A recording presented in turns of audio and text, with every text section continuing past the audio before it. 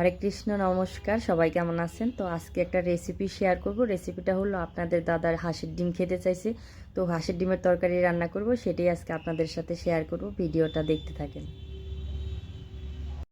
আজকে আমি হাঁসের ডিম রান্না করেছি আমার শাশুড়ির স্টাইলে। আমি আমার বাবার বাড়ির স্টাইলে রান্না করতে পারি না, কারণ ছোটোবেলায় বিয়ে হয়ে গেছে, তাই কিছু পারি না। প্রথমে আমি ডিমগুলো সিদ্ধ বসিয়ে দিছি। হাঁসের ডিম তো আমরা মানুষ 4জন, তাই 4টা ডিম দিয়ে দিছি, আর পাশেই ভাত বসিয়ে দিছি। তো ডিমগুলো হয়ে গেছে, এখন আমি ভালো করে ছুলে মাঝখান দিয়ে কেটে নিছি। কেটে নিলে ডিমে মশলা যায় ভালো। আর আলু পেঁয়াজ কেটে নিছি, কাঁচামরিচ। তো দেখেন একটা কড়াইতে তেল দিয়ে আমি কি দিলাম, একটু লবণ দিলাম আর একটু হলুদ দিলাম। তারপর এইভাবে ডিম কেটে এইভাবে ভাজি করলে ডিমের ভিতরে তরকারিটা খেতে ভালো লাগে। তো এই সবগুলো ডিম আমি এইভাবে ভেজে নিব। এখন ডিমগুলো হয়ে গেছে, উল্টিয়ে দিব। তো সবগুলো ডিম আমি এইভাবেই উল্টিয়ে দিব। তো আমার ডিম উল্টানো হয়ে গেছে, এখন তুলে ফেলবো। তো ওই যে তোলার পরে দেখেন কতটা সুন্দর লাগতেছে ভিতরে। এখন এই কড়াইতেই আমি এলাচ, গরম মশলা, তেজপাতা দিয়ে দিলাম, একটু জিরা দিয়ে দিলাম। আর এখন আলুগুলো একটু ভেজে নিব। তো আলুটা হালকা করে একটু লাল লাল করে ভেজে নিব। এখন দিয়ে দিব পেঁয়াজ কুচি। তো পেঁয়াজগুলো একটু হালকা লাল লাল করে বাদামি করে ভেজে নিব। তো পেঁয়াজ ভাজাও হয়ে গেছে, যে এরকম করে ভাজতে হবে। তো এখন দিয়ে দিব হলুদ মরিচের গুঁড়া, যে যতখানি খেতে পছন্দ করেন। তারপর একটু জল দিয়ে দিব কষানোর জন্য, না হলে মশলাটা পুড়ে যাবে।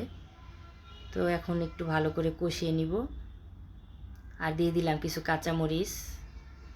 তো আর একটু কষিয়ে নিব। তো আর একটু লবণ দিয়ে দিলাম স্বাদ মতো। তো এখন দিয়ে দিব পরিমাণ মতো জল। তো জল দিয়ে উতাল আসা পর্যন্ত অপেক্ষা করব। তো এই তো উতাল এসে পড়েছে, এখন ভেজে রাখা ডিমগুলো দিয়ে দিব। দেখেন ডিমগুলো কতটা সুন্দর হয়েছে, ভাজার পরে একটুও ভাঙে নাই। তো এই তো তরকারিটা প্রায় হয়ে গেছে, এখন জিরা গুঁড়ো দিয়ে দিলাম। তো আর একটু রান্না করব, এখন একটু জোরে জাল দিব। তো এই তো হয়ে গেছে, এখন জালটা একটু কমিয়ে দিব। আর 5 মিনিটের মতো চুলায় অল্প অল্প জালে বসিয়ে রাখবো। তো এই তো তরকারিটা হয়ে গেছে, এখন নামিয়ে ফেলবো। তো তরকারিটা কেমন হলো বৌদিকে সবাই কমেন্ট করে কিন্তু জানাবেন।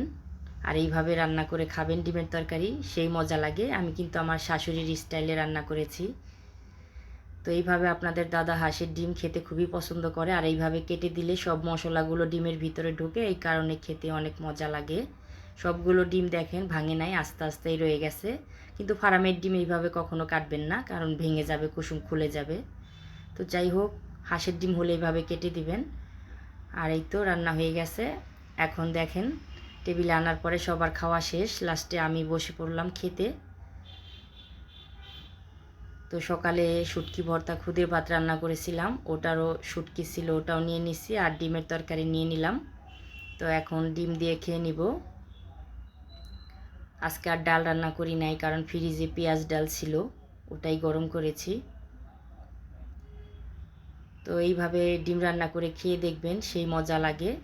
আর ডিমের ভিতরে সব মশলাই যায়। এই যে শুটকি, এটা সকালের বানিয়েছিলাম। তো এইভাবে ডিমের তরকারি দিয়ে গরম গরম ভাত খেতে সেই মজা লাগে। তো ভিডিওটা কেমন লাগলো সবাই বৌদিকে কমেন্ট করে জানাবেন। যারা বৌদিকে ফলো দেন নাই, ফলো দিয়ে রাখবেন।